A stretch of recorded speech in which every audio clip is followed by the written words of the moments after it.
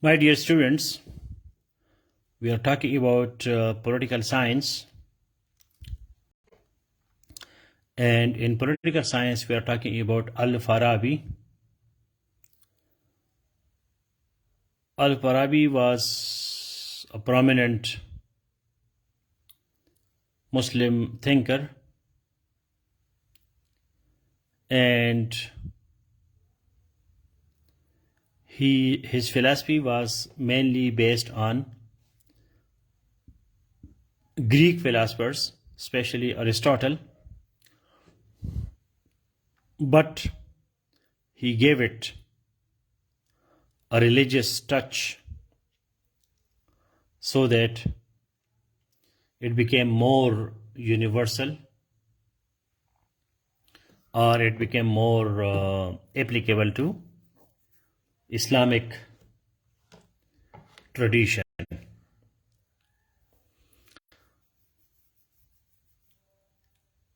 Now,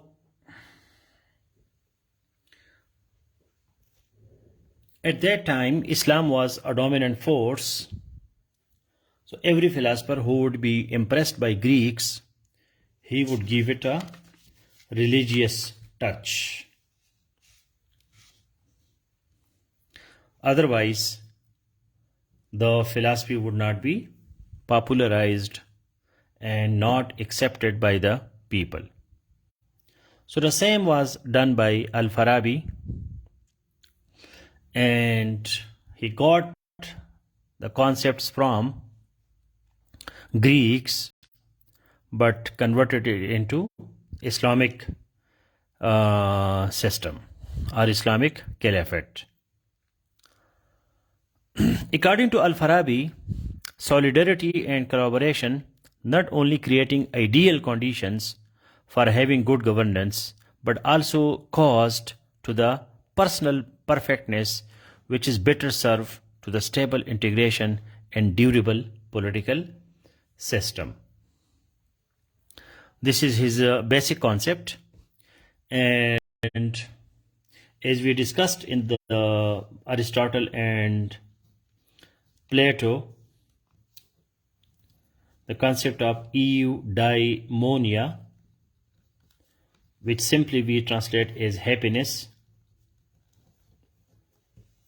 The role of the state is to create the conditions of happiness. People must be happy in a state.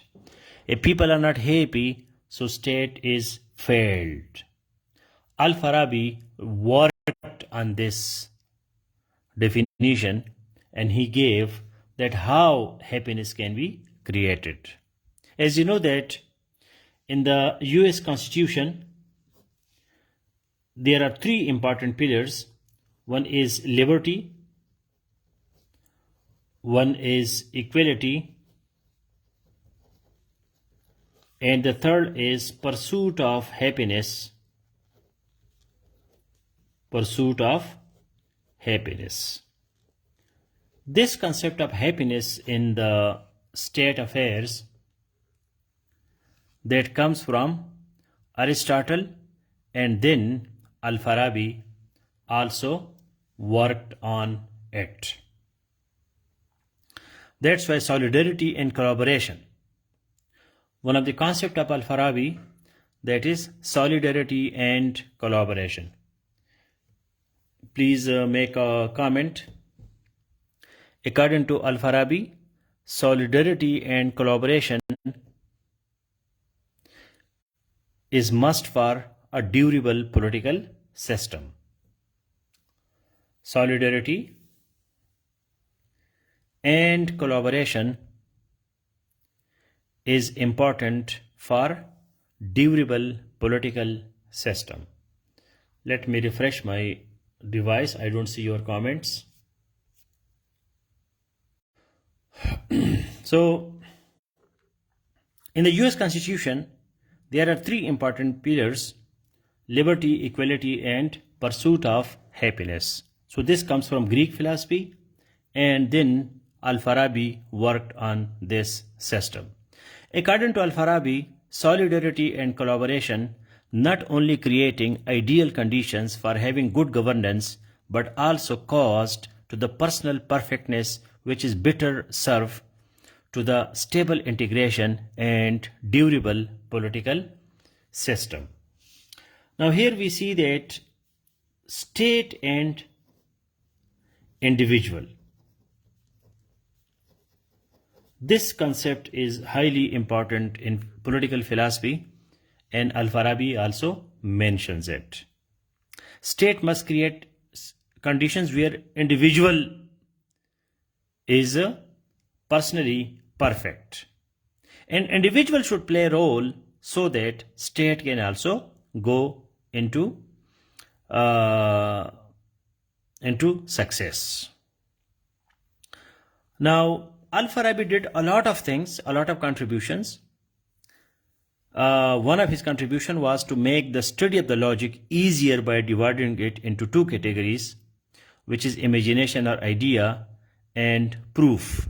He wrote several books on sociology, of which Ara al-Madina al-Fadila became the most famous book. So he worked on logic also.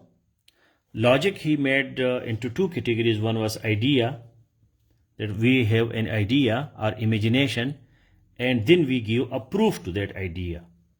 So this was also the contribution of Al-Farabi. For example, what is an ideal state? What is an utopia? What is the best state?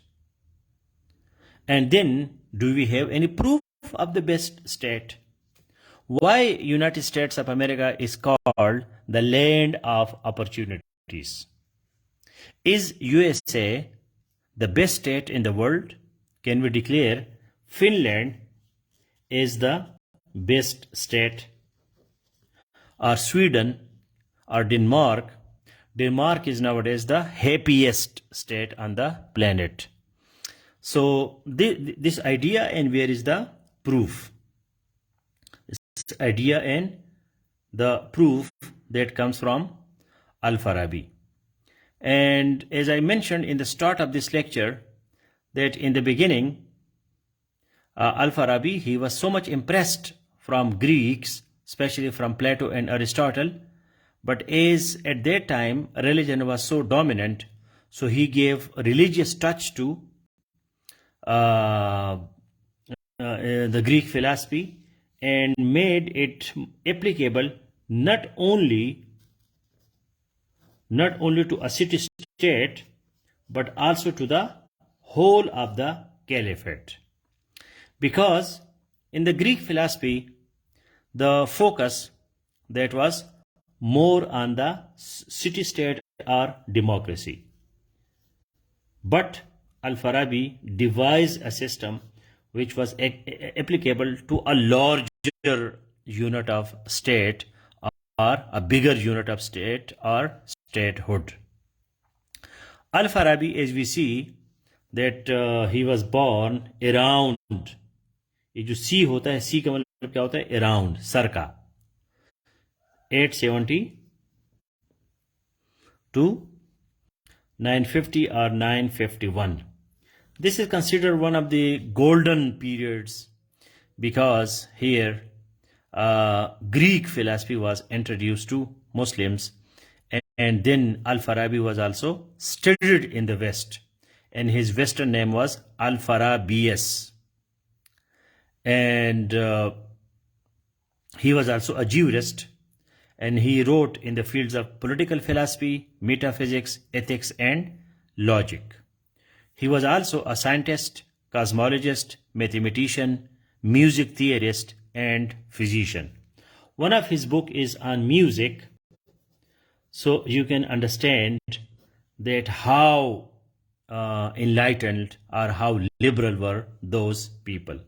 When Ghazali came, so Ghazali destroyed the traditions which were left by Al-Farabi and Ibn Rushd. One of the famous points about Al-Farabi is that he is called the second teacher. The second teacher. Who was the first teacher? The first teacher was Aristotle. Aristotle is the first teacher, and Al-Farabi is the second teacher of the world. Al-Farabi, his more contribution is that he introduced Aristotle and he interpreted the works of Aristotle. And he is credited with preserving the original Greek text during the Middle Ages via his commentaries and treatises, and influencing many prominent philosophers such as Avicenna and Maimonides. Avicenna اور Maimonides یہ بھی ایک بہت مشہور philosopher ہے, Jewish philosopher ہے Maimonides.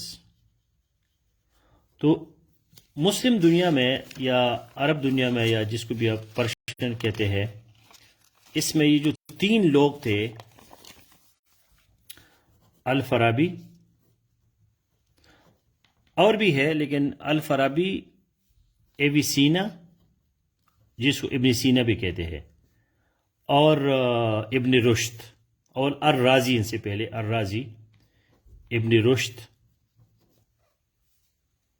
ٹھیک ہے, اور الرازی بھی. تو یہ زیادہ تر معتزلائٹس تھے, معتزلائٹس. متلازر مینز ریشنلسٹس, عقل والے لوگ تھے. انہوں نے مجبوری سے مذہب کا نام لیا ہے, کیونکہ مذہب کا نام نہ لیتے تو لوگ ان کو مار دیتے. تو otherwise they were rationalist. Though later on Ghazali, he converted this thought into pure religion, and then the system became totally different. His political thought, if you study his biography or his entry in Wikipedia, so you will see that the main influence on Al-Farabi's philosophy was the Aristotelian tradition of Alexandria. A prolific writer, he is credited with over 100 works. Amongst these are a number of prolegomena to philosophy, commentaries on important Aristotelian works such as the Nicomachean Ethics, as well as his own works. His ideas are marked by their coherency despite drawing together of many different philosophical disciplines and traditions.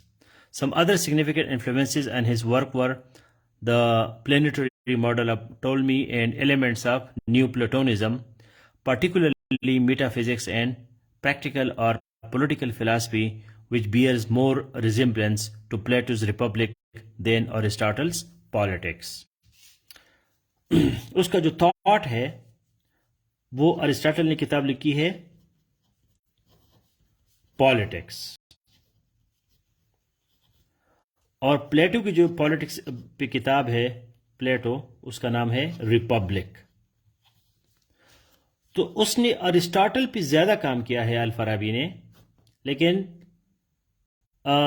جو اس کا resemblance ہے وہ ملتا ہے کس سے؟